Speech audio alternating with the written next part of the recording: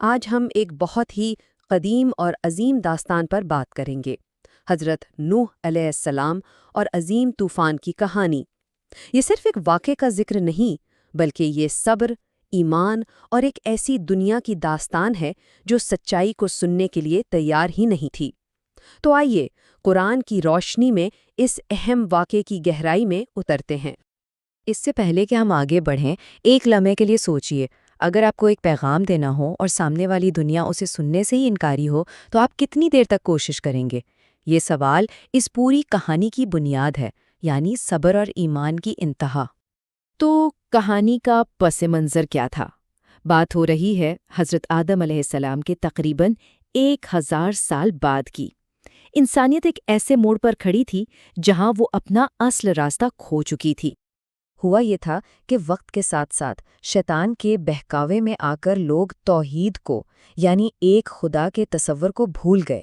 انہوں نے اپنے ہاتھوں سے بت بنائے اور انہی کی پوجا شروع کر دی۔ یہ وہ گہرا روحانی بحران تھا جس کے لیے اللہ کی طرف سے رہنمائی کی ضرورت تھی۔ اسی بگڑتے ہوئے ماحول میں اللہ نے حضرت نوح علیہ السلام کو بھیجا۔ ان کا پیغام کیا تھا؟ بہت ہی سیدھا اور واضح۔ اللہ سے ڈرو اور اس کے حکم کی پیروی کرو۔ یہ ایک خدا کی طرف واپسی کی پکار تھی۔ لیکن کیا لوگوں نے ان کی بات سنی؟ بالکل نہیں۔ ان کا رد عمل تکبر سے بھرا ہوا تھا۔ انہوں نے کہا، تم ہمیں نصیحت کرنے والے کون ہو؟ تم تو ہمارے جیسے ہی ایک انسان ہو اور ہمیں لگتا ہے کہ تم جھوٹ بول رہے ہو۔ تو حضرت نوح علیہ السلام نے کتنی دیر تک یہ پیغام پہنچایا؟ 1 سال؟ 10 سال؟ 100 سال؟ نہیں، پورے 950 سال۔ ذرا تصور کیجئے، تقریباً 1000 سال تک ایک ہی بات کو دہراتے رہنا ان لوگوں کے سامنے جو سننے کو تیار نہیں۔ یہ انسانی صبر کی ایک ناقابل یقین مثال ہے۔ اور یہ 950 سال کوئی آسان نہیں گزرے۔ انہیں شدید ترین مخالفت کا سامنا کرنا پڑا۔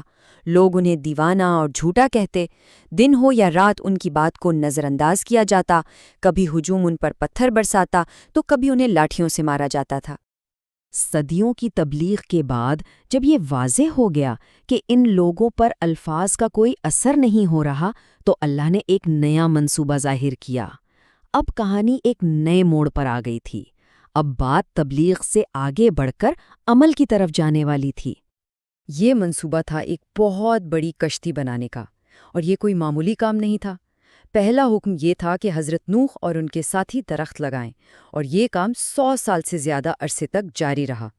پھر اللہ نے خود اس عظیم کشتی کا نقشہ اور منصوبہ فراہم کیا، اور تیسرا مرحلہ تھا اس کی تعمیر کا، جو ایمان والوں نے دن رات محنت کر کے سمندر سے میلوں دور ایک پہاڑ کی چوٹی پر مکمل کی۔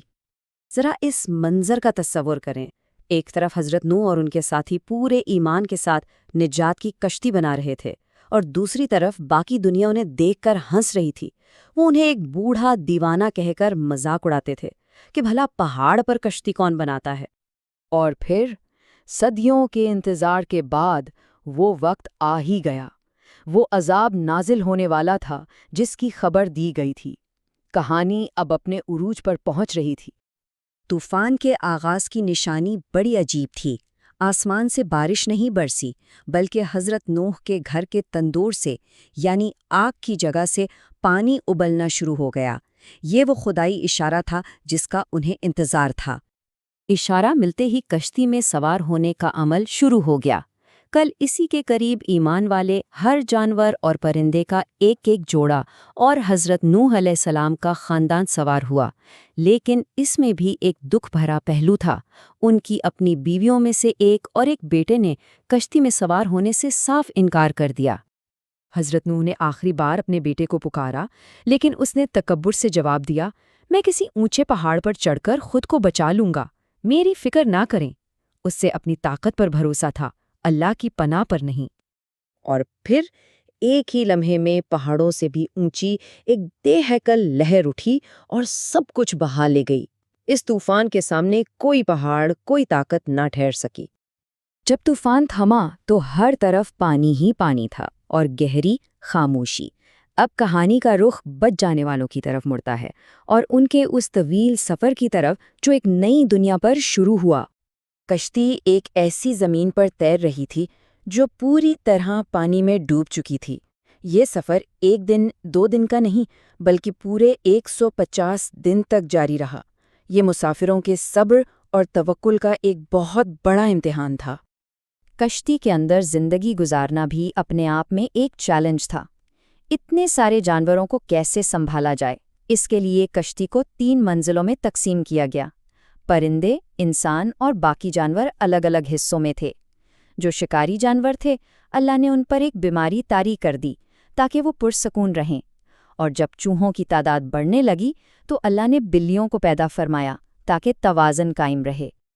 150 دن گزرنے کے بعد زمین کی تلاش شروع ہوئی۔ حضرت نوح نے پہلے ایک کوے کو بھیجا مگر وہ واپس نہ آیا۔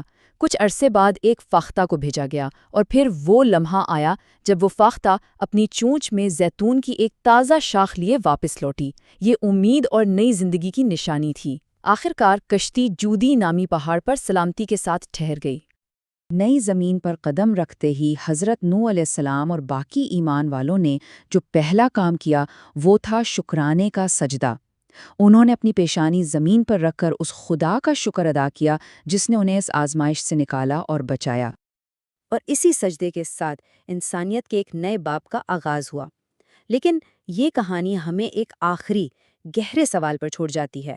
ایک اتنی بڑی تباہی کے بعد ایک نئی دنیا کا آغاز آخر ہوتا کیسے ہے؟